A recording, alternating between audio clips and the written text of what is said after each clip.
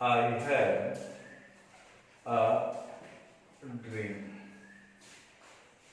आज का आपका चैप्टर है आई हैव अ ड्रीम।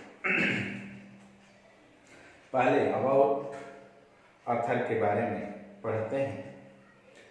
कह रहा है Martin Luther king junior 1929 to 1968, यानी इनका जन्म 1929 में होता है। इनका जन्म 1929 में होता है और इनकी मृत्यु 1968 में हो जाती है। याद रखना है क्योंकि ये बहुत ज्यादा पूछता है। A Baptist minister by training, प्रशिक्षण से वे एक ईसाई मंत्री थे।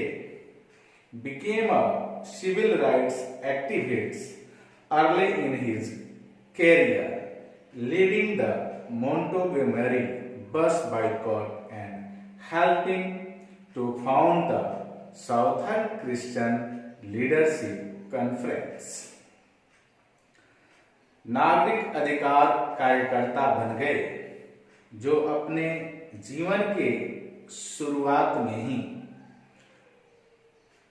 मोंटगोमेरी बस बहिष्कार का नेतृत्व किया और दक्षिण क्रिश्चियन लीडरशिप को मैंने मदद किया, उसका मदद किया। इन्फ्लुएंस्ड बाय गांधी जी, किससे प्रभावित हुए? तो गांधी जी से। आपसे पूछा जा सकता है कि इन्फ्लुएंस किससे हुए, किससे प्रभावित हुए? तो याद रखेंगे गांधी जी।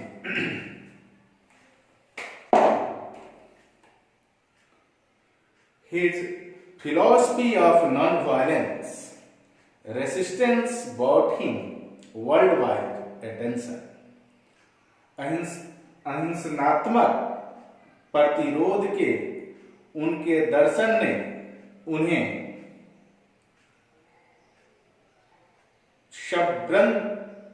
शब्दबंद ध्यान में लाया। इन 1964, अब एक घटना बता रहा है 1964 का। King became the youngest person to receive the Nobel prize for his effort to end segregation and racial discrimination through civil disobedience and other non-violence way, which कह रहा है कि 1964 में इन्हें नोबेल प्राइज दिया गया। क्यों नोबेल प्राइज दिया गया? अलगाव और जातीय भेदभाव को समाप्त करने में उनके जो प्रयास किए थे उसके लिए उन्हें यह पुरस्कार दिया गया।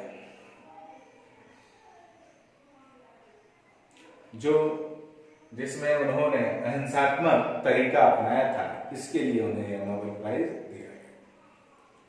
King was assassinated on April 4, 1968। 4 अप्रैल 1968 को इनकी हत्या कर दी जाती है इन मेप्सिस। कहां पर? मेप्सिस में। जगह का नाम याद रखेंगे, अंडरलाइन कर सकते हैं, Memphis, Tennessee. King's importance work include, King की महत्वपूर्ण रचनाएं शामिल है स्ट्रेंथ टू लव, जो 1953 में आया था। STRIDE towards freedom, the Montgomery story 1958 में आया था। व्हाई वी कांट वेट 1964 में आया था। And where do we go from here, choice और कम्युनिटी 1968 में आया था। I have a dream is a speech. I have a dream क्या है? तो एक स्पीच है। ये भी आपसे पूछा जाएगा कि ये क्या है? ऐसे है, स्टोरी है, नोवेल है, तो क्या है? स्पीच है। Is a speech he deliver on the step of the Lincoln memorial, Washington DC on August 28, 1963। यह भाषण वो लिंकन मेमोरियल में 28 अगस्त 1963 को दिया था। Here he speak about his dream of seeing Alabama as a developed state। यहां वे अपने सपने के बारे में बताते हैं जो उन्होंने देखा था कि अलबामा को एक विकसित राज्य के रूप में एक सपना उन्होंने देखा था, उसी को इसमें बताते हैं। Free of racial distinction between the whites and black, और गोरों और कालों में जो नस्लीय भेदभाव था उससे मुक्त होने का जो सपना देखा था उसी के बारे में बात करते हैं। The speech had the huge impact in arresting public consciousness for civil rights movement। नागरिक अधिकारों के लिए सार्वजनिक चेतना बढ़ाने में इनका भाषण बहुत बड़ा प्रयास रहा। And establishing King as one of the greatest orators in American history, और यह चीज उन्हें अमेरिकन इतिहास में एक महान ओरेटर के रूप में स्थापित करता है। ओरेटर यानी व्याख्यानदाता के रूप में स्थापित करता है। तो ये था अबाउट अथर। जितना मैंने आपको बताया वो अबाउट अथर था और इसके बारे में पढ़ा। अब मैं यहाँ से पैराग्राफ नंबर शुरू करने जा रहा हूँ, यानी मैं अब बताऊंगा पारा 1 से आगे बढ़ेंगे। 5 scores years ago, यानी 500 वर्ष पहले, अ ग्रेट अमेरिकन, एक महान American, in whose symbolic shadow, जिसके प्रतीकात्मक छाया में वी स्टैंड, हम खड़े होकर, साइन द इमेंसिपेशन प्रोक्लामेशन, एक मुक्ति घोषणा पत्र पर हस्ताक्षर किए। This momentous decree came as a great beacon,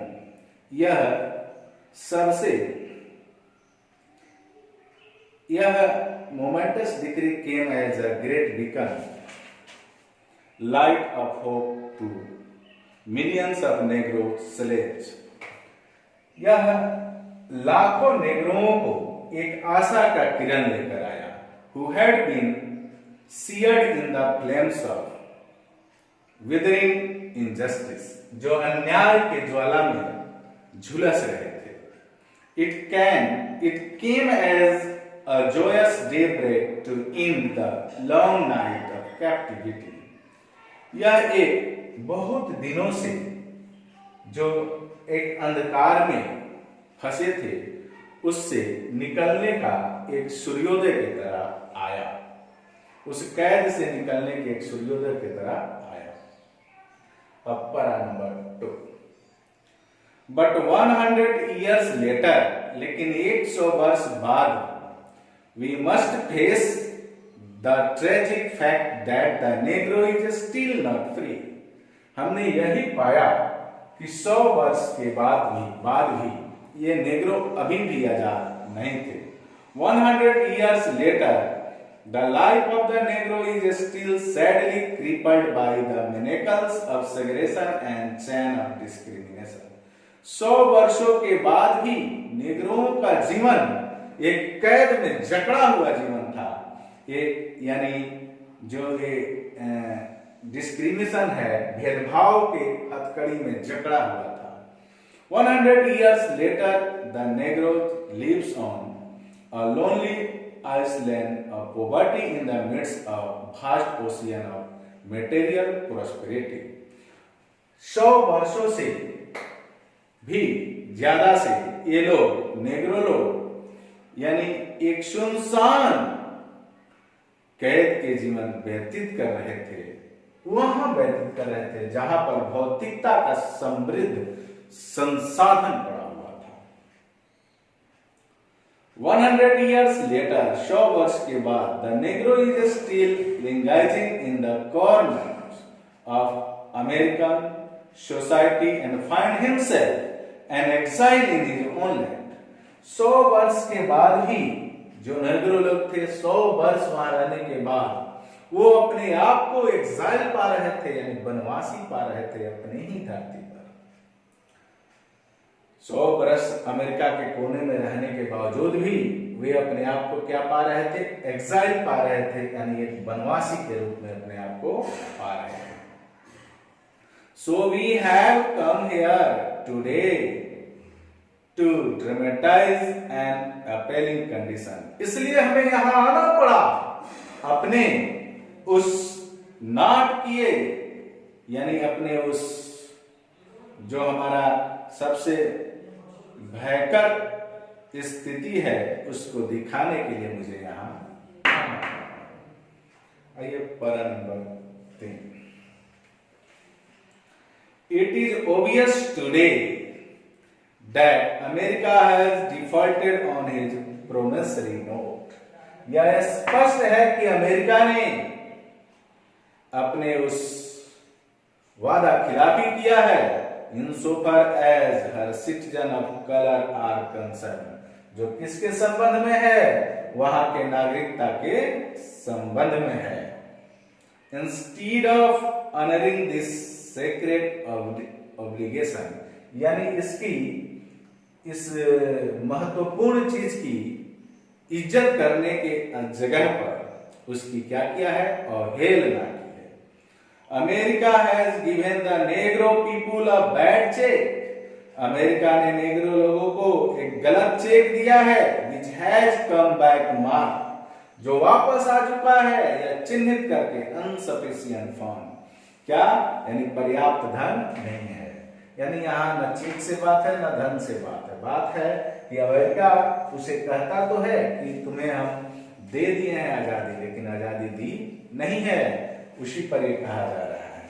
but we refuse to believe that, लेकिन हम यह मानने से इनकार करते हैं, the bank of justice is bankrupt, कि न्याय का बैंक दिवालिया हो जाए।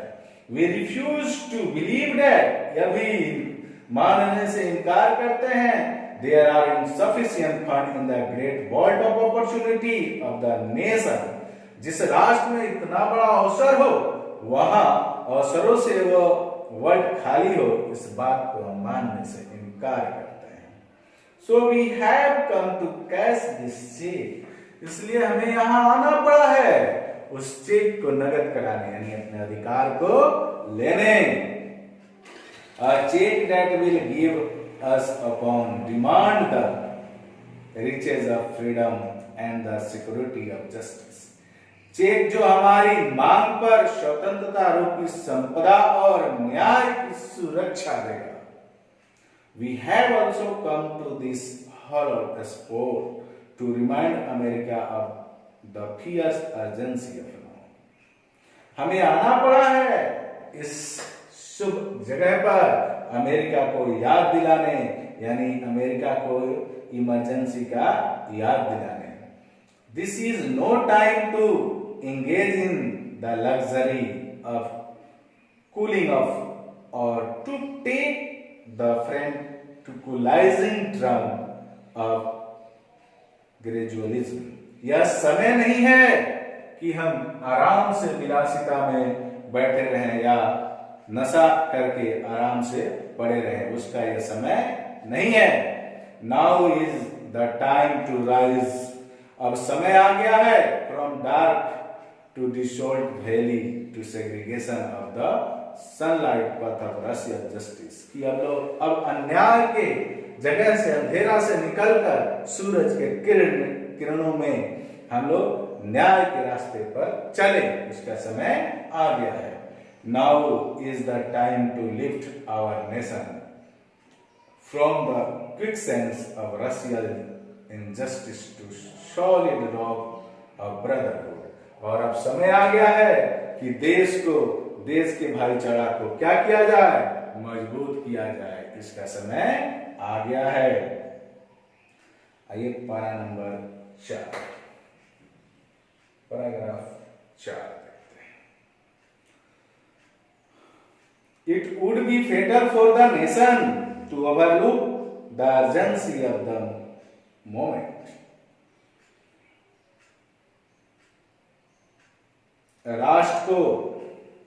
राष्ट्र के लिए घातक होगा ये राष्ट्र वह इस तत्कालिकता को नजरअंदाज करे तो यह राष्ट्र के लिए घातक होगा।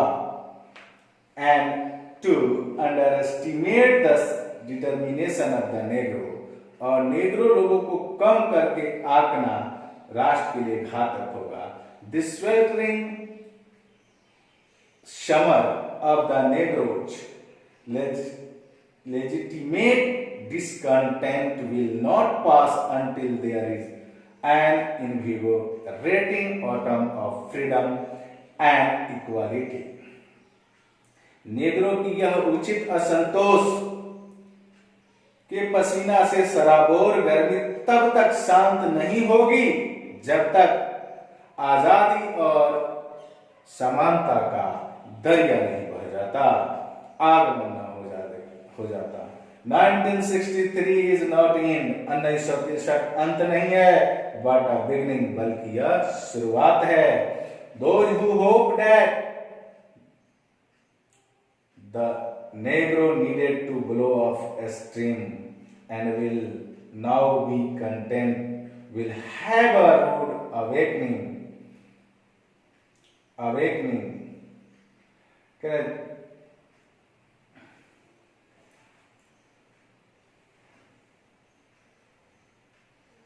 नेग्रों को आशा मुक्त होने की आवश्यकता थी और वे शांत हैं, लेकिन एक कठोर जागरण होगा। If the nation return to business as usual, यदि राष्ट्र अपने पूर्व रवैये पर चलता रहा, Negro is granted his citizenship rights, Negro नागरिकता का अधिकार रखते हैं, नेग्रो नागरिकता का अधिकार रखते हैं। The whirlwinds of revolt will continue to shake the foundation of our nation until the bright day of justice emerge। राष्ट्र के नींव को हिलाने के लिए ये जो क्रमिक चक्रवात है ये तब तक चलता रहेगा जब तक न्याय की सुप्रभात निकलकर सामने नहीं आ जाता। आज इतना ही।